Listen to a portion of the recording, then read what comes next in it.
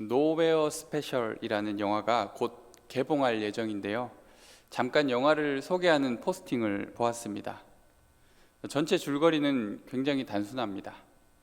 34살의 남자 주인공이 이혼 후에 홀로 4살 된 아들을 키우는데 시한부 판정을 받게 됩니다. 그래서 이 아버지는 세상을 떠나기 전에 아들에게 최고의 가정을 찾아주는 것이 자신의 마지막 과제라고 여깁니다. 그래서 아이와 함께 아이 입양 의사를 가지고 있는 여러 가정들을 직접 방문하는 이야기를 다룬 영화입니다. 아이가 참 귀엽고 또 연기도 잘하는 것 같습니다. 전체적인 스토리는 굉장히 잔잔히 흘러가지만 묵직한 울림이 있는 그런 영화였습니다. 과연 이 아버지는 아들에게 가장 잘 어울리는 가정을 찾아줄 수 있을까요? 한 장면에서 아버지가 굉장히 경제적으로 부유한 가정을 방문해 시간을 보내다가 아들에게 묻습니다. 아들, 여기 이 집 어때? 좋아? 그러자 아들은 아니, 우리 집이 좋아 라고 대답합니다. 그렇죠. 아들은 아빠랑 있는 집이 제일 좋습니다. 그런데 아빠랑 헤어질 수밖에 없는 운명이 참 슬픈 그런 영화입니다.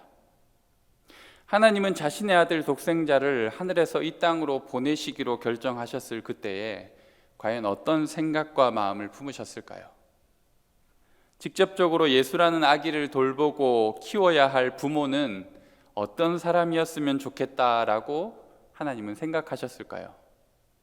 모든 역사의 순간 중에서도 아주 특별한 지점, 아니 그 일로부터 모든 역사가 완성된 순간, 바로 하나님의 아들이 이 땅에 성육신하여 내려오신 날, 그날을 준비하며 하나님은 수많은 부모들을 살피며 예수님에게 가장 좋은 가정을 찾고 계셨을까요? 그런 생각을 하면 천사장 가브리엘이 과연 어느 집으로 향하는지를 오늘 말씀을 통해 지켜봅니다. 그가 향한 곳은 이스라엘 끄트머리에 있는 동네 갈릴리 나사렛에 마리아라는 처녀가 있는 집입니다. 오늘 본문을 읽으며 드는 생각들이 여러 개 있었지만 먼저는 뜬금없음, 갑작스러움을 저는 느꼈습니다. 천사는 깜빡이도 없이 마리아에게 훅 들어옵니다. 놀라는 리액션을 받아줄 시간도 없습니다. 대뜸 천사가 나타나 마리아에게 이런 축하 인사를 전합니다. 은혜를 받은 자여 평안할지어다. 주께서 너와 함께 하시도다. 마리아는 생각합니다. 이게 무슨 인사일까? 그 당시 마리아의 나이를 추정해보면 20살을 넘지 않은 10대였을 것입니다. 그 어린 마리아가 천사의 인사에 당황하였습니다. 이런 인사는 대개 하나님께서 자신이 선택한 사람에게 특별한 사명을 주시려고 할 때 하는 인사였기 때문입니다. 이와 가장 비슷한 인사를 받은 인물이 성경에 나오는데요, 바로 기드온입니다. 하나님이 기드온을 찾아가 여호와의 사자가 기드온에게 이렇게 인사하죠. 큰 용사여, 여호와께서 너와 함께 계시도다. 이런 부름과 만남은 사명을 주시기 위함입니다. 유대 사회에서 전혀 영향력을 발휘할 수 없는 아주 어린 여성이었기에 마리아는 의아해합니다. 천사가 자신에게 특별한 용무를 가지고 있다는 것 자체가 신기하고 놀라울 따름입니다. 뭐라 대꾸도 하기 전에 천사의 말은 이어집니다. 마리아여, 무서워하지 말라. 네가 하나님께 은혜를 입었느니라. 보라, 내가 잉태하여 아들을 낳으리니 그 이름을 예수라 하라. 그가 큰 자가 되고 지극히 높으신 이의 아들이라 일컬어질 것이요, 주 하나님께서 그 조상 다윗의 왕위를 그에게 주시리니 영원히 야곱의 집을 왕으로 다스리실 것이며 그 나라가 무궁하리라. 다다다다다다. 천사는 자신이 전할 말을 빠르게 전합니다. 가만히 있던 마리아도 여기선 한마디 항변을 할 수밖에 없습니다. 말씀 중에 죄송하지만 저는 아직 처녀인데요. 그러자 천사는 즉각 대답합니다. 성령이 그리고 높으신 이의 능력이 너를 덮으시리니 하나님의 아들이 너에게 태어날 거야. 뭐가 이렇게 갑작스러울까요? 하나님, 사전에 다 준비된 일이 맞죠? 이런 질문이 절로 나옵니다. 예수의 부모가 될 만한 후보들을 두고 하늘에서 오랜 시간 토론과 회의를 거쳐서 결정된 사항이 맞는 거죠. 근데 아무래도 마리아는 너무 어리고 준비가 덜 된 것 같은 느낌입니다. 그런 생각을 하고 있는 저에게 마리아의 한마디 음성이 들려옵니다. 주의 여종이오니 말씀대로 내게 이루어지이다. 천사의 갑작스러운 출현, 그리고 상상도 못할 놀라운 소명, 하나님의 아들을 출산하게 될 거라는 그 말씀, 남자를 전혀 알지도 못한 자신에게 하나님의 능력으로 그런 역사가 일어날 것이라고 하고 있는데 마리아는 이렇게 대답합니다. 주의 여종이오니 말씀대로 내게 이루어지이다. 그렇게 가브리엘은 아주 손쉽게 자신의 임무를 마치고 떠나갈 수 있었습니다. 모세를 한번 떠올려 보시기 바랍니다. 하나님이 사명을 주고 그에게 일을 시키려고 했지만 얼마나 뺐습니까? 모세를 설득시키려고 하나님이 아주 고생을 하십니다. 나중에는 아예 호통을 치기도 하십니다. 여러 선지자들도 또 사사 기드온도 하나님이 주시는 말씀과 소명에 망설이고 뒤로 물러서기만 했는데 오늘 말씀의 10대 소녀 마리아는 아주 당돌하게 천사에게 대답합니다. 주의 여종이오니 말씀대로 내게 이루어지이다. 어떻게 이런 급박한 상황, 예기치 못한 전개에도 마리아는 전혀 망설임이나 당혹감 없이 그렇게 응답할 수 있었을까요? 참 신기하고 대단한 일입니다. 그런데 그 이유를 생각해 보자면 바로 그녀 또한 이 하나님의 비전, 메시아의 탄생을 열망하고 기다리던 사람이었다라는 것을 우리는 짐작할 수 있습니다. 학계에서는 이런 이야기들이 있는데요. 세례 요한의 가족이나 또 마리아의 가족, 이들 친족들이 머물렀던 갈릴리 나사렛 지역이 에세네파가 함께 신앙생활을 하며 살던 지역이라고 얘기하기도 합니다. 에세네파가 뭐냐?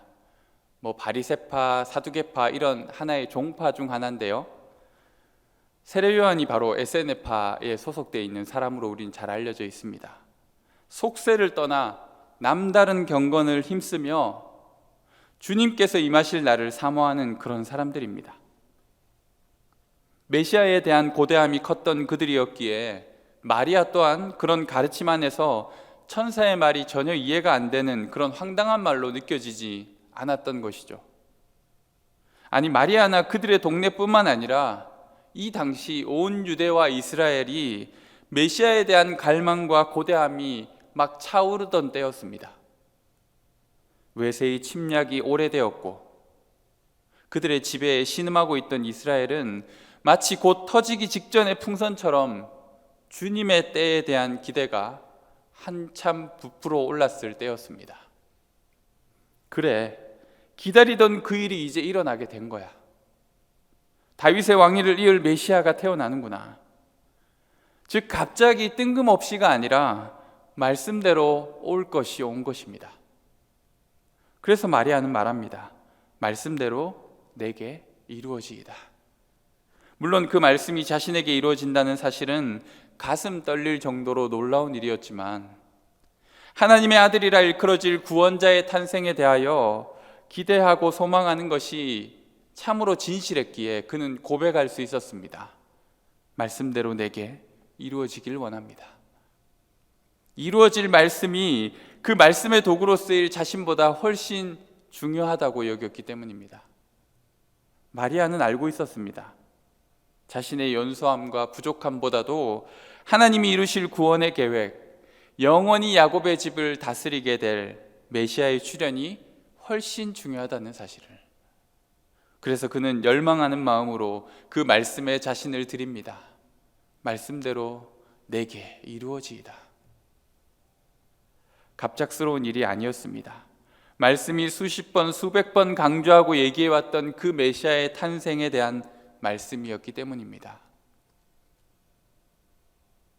그리고 저는 오늘 말씀을 보면서 이런 생각을 했습니다. 천사가 딱 1년이나 2년만 지나서 왔으면 어땠을까? 그때라면 마리아도 당연히 임신을 할 수 있는 상황이니까 남편도 있고 정식 결혼도 했으니까 메시아의 탄생에 대한 예고를 들어도 덜 당황하지 않았을까? 아, 우리에게서 태어날 아기가 바로 메시아이군요. 그렇게 아마 하나님께 쉽게 하나님이 주신 사명을 응답할 수 있지 않았을까? 그런데 하나님의 시간표는 더 빨랐습니다. 나는 남자를 알지 못하니 어찌 이 일이 있으리이까? 이런 대꾸는 아주 정당한 마리아의 의문이었습니다. 요셉과 마리아는 약혼을 하였고 이제 1년을 그렇게 떨어져 지내다가 정식 결혼을 통해 하나가 될 예정이었습니다. 그 사이 참 애매한 타이밍에 하나님이 오셨습니다. 그때 임신을 하면 어떻게 하라는 말입니까? 이건 천사가 와서 하나님의 아들을 잉태할 것이라고 말씀하셔서 임신을 하게 된 거예요. 누가 그 말을 믿어줄까요? 멀리 갈 필요도 없습니다. 가장 가까운 요셉이 믿어주겠냐라는 것이죠. 마리아만큼 대단한 사람이 있다면 바로 요셉이라고 할 수 있죠. 그가 물론 천사를 꿈에서 만나 지시하심을 받긴 하지만 마리아와 같은 마음으로 아이를 하나님의 아들로 여기고 소중하게 키우기로 마음을 먹은 것, 그가 이 일에 문제 삼지 않았다라는 것 자체가 대단한 선택이었습니다. 아마 그가 이 일에 대해서 문제를 삼거나 혹은 그가 생각했던 것처럼 몰래 조용히 그를 떠났다면 마리아는 아마 간음죄로 온 백성의 돌을 맞고 죽었을지도 모릅니다. 지금은 돌아가신 온누리 교회 하영조 목사님이 연예인들을 많이 전도하여 말씀을 가르치곤 하는데, 은혜를 많이 받았던 유명 개그맨 한 분이 자신의 친구 개그맨을 또 성경 공부에 데려왔습니다. 그런데 마침 그날 성경 본문이 오늘 이 본문이었다고 합니다. 그러자 새로운 개그맨이 그걸 몇 차례 읽더니 투덜거리기 시작합니다. 아니 무슨 말이 되는 소리를 해야지. 처녀가 어떻게 아기를 낳냐. 그러자 목사님이 친절하게 그걸 설명해 주려고 하자 전도를 했던 그가 먼저 나서서 화를 내며 얘기합니다. 시끄러워, 좀 조용히 해. 요셉이 믿겠다는데 네가 뭔데 그래. 그렇죠, 요셉이 믿었다라는 것이 중요합니다. 우리는 항상 마리아에게 집중하지만 예수님을 위해 아기와 마리아를 보호하고 피도 섞이지 않은 그 아이를 자기 자식처럼 돌보고 또 목수일을 가르치며 어엿한 성인으로 자라게 하였던 아버지 요셉이 예수님의 배경에 항상 있었다라는 것을 우리는 기억해야 합니다. 아무튼 마리아에게도 이런 하나님의 말씀은 이해가 안 되는 말씀이었습니다.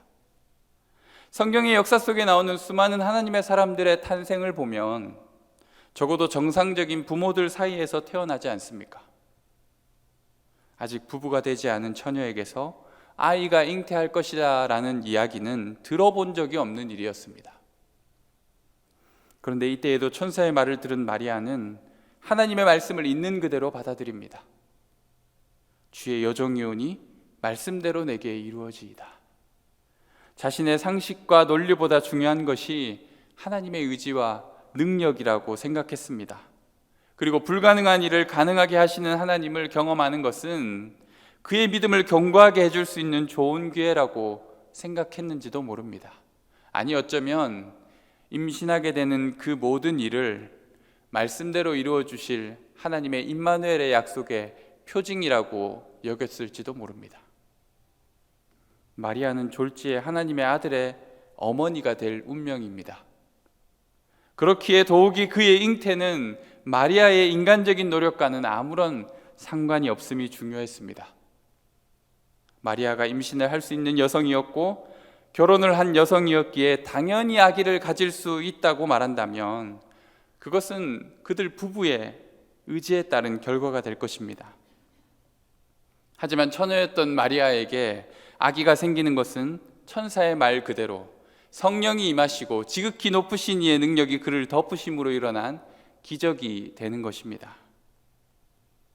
우리가 잘 알고 있듯이 가톨릭은 마리아를 예수의 어머니로 존경받을 성인, 기도를 받는 대상으로까지 격상시켜 놓았지만 우리는 오늘 말씀의 마리아의 고백에 주목하고 있습니다. 주의 여종이오니, 주의 여종이오니. 실제로 마리아는 종의 마음으로 예수 그리스도를 10달 동안 품었고 그의 어린 시절을 사랑으로 양육하였고 그의 공생의 사역과 죽음과 부활을 경험하면서 끝까지 자신의 이 처음 입장을 한 번도 버리지 않습니다. 주의 여종이오니 말씀대로 내게 이루어지이다. 마리아는 그렇게 예수 그리스도의 종이자 제자로서 자신의 삶을 헌신하는 삶이 되었습니다. 하나님은 자신이 하신 말씀을 이루시는 분입니다. 불가능이 하나님의 뜻 안에서 가능으로 바뀌고 어떤 기적과 이적도 하나님께는 아무것도 아님을 믿었던 마리아였기에 말씀대로 내게 이루어지게 해달라고 고백할 수 있었습니다. 저는 말씀 서두에 하나님께서 자신의 아들을 키울 부모를 어떻게 찾으셨을까 괜한 걱정을 하였습니다. 하나님은 정말 잘 찾으셨습니다. 마리아는 이미 준비되어 있는 사람이었습니다. 우선 말씀대로 이루어진다는 것의 의미, 하나님이 이루실 구원에 대한 열망과 기대가 가득 찼던 사람이었습니다. 그리고 마리아는 하나님의 모든 말씀은 능하지 못하심이 없다는 것을 믿는 사람이었습니다. 말도 안 되는 것 같은 이 상황에서 그는 하나님의 능력과 성령의 역사를 믿었습니다.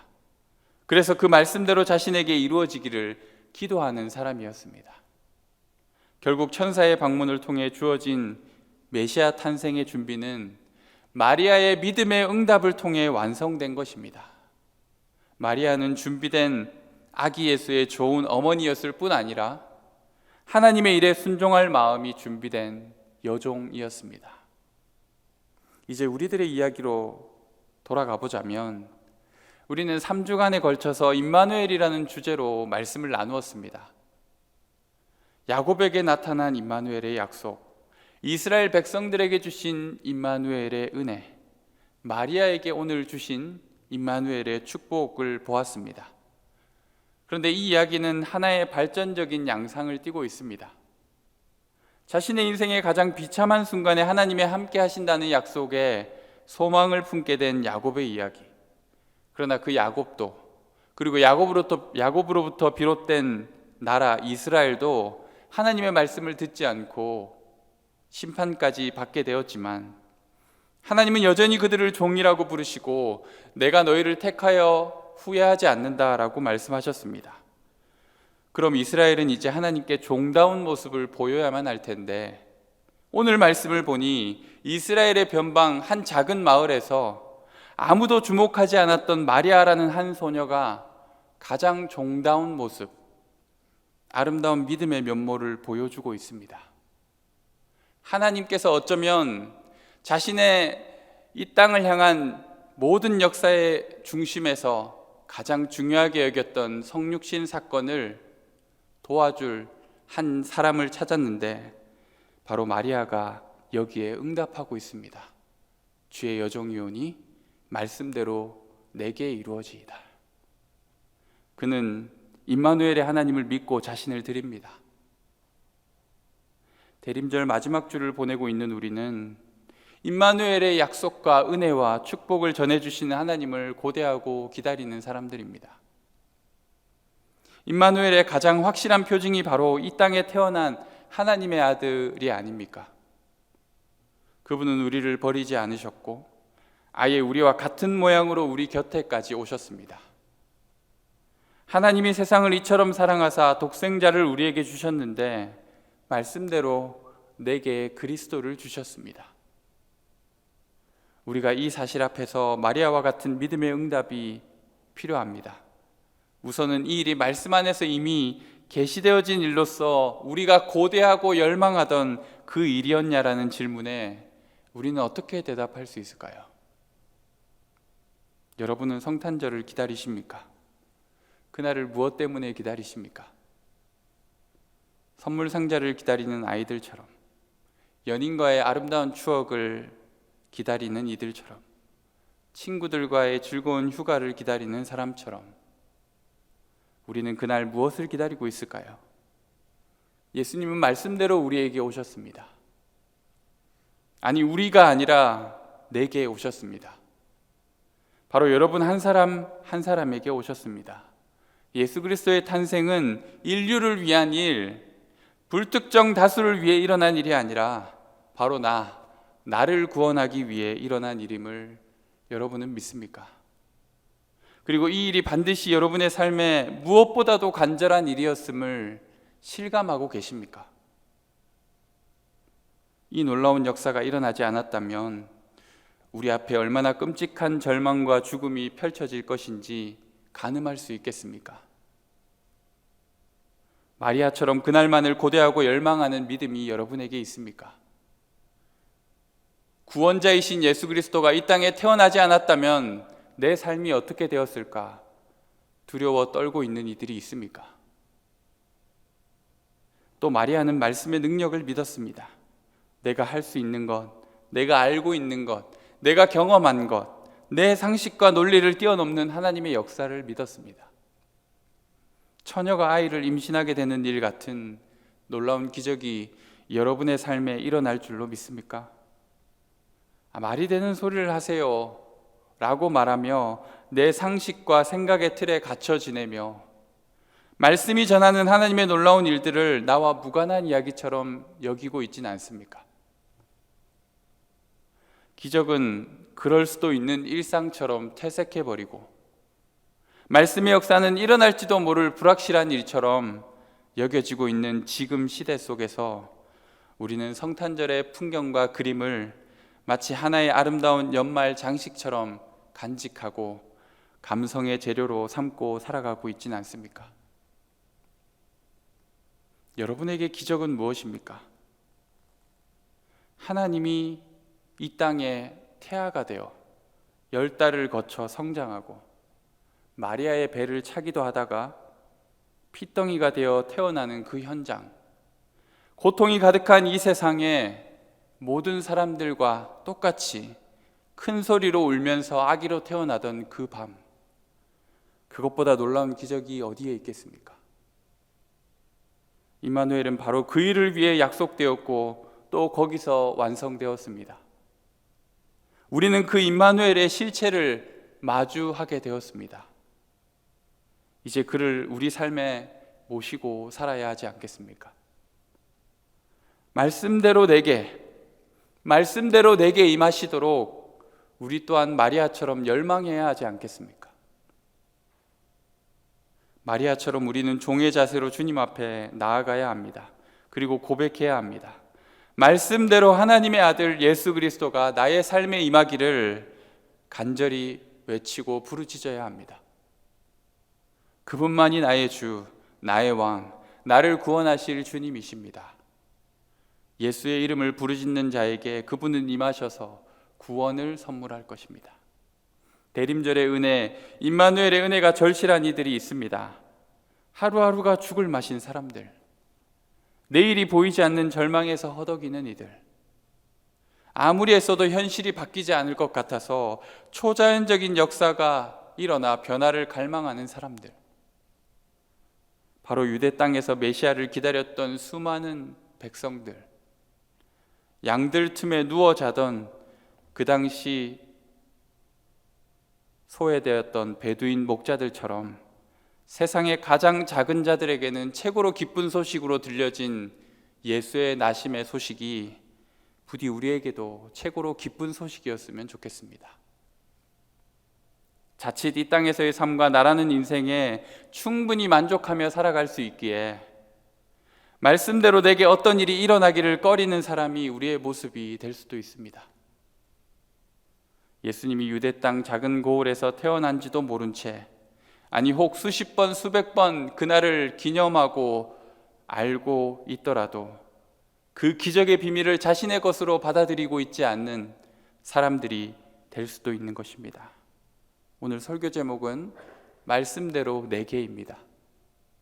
두 가지 모두가 중요합니다.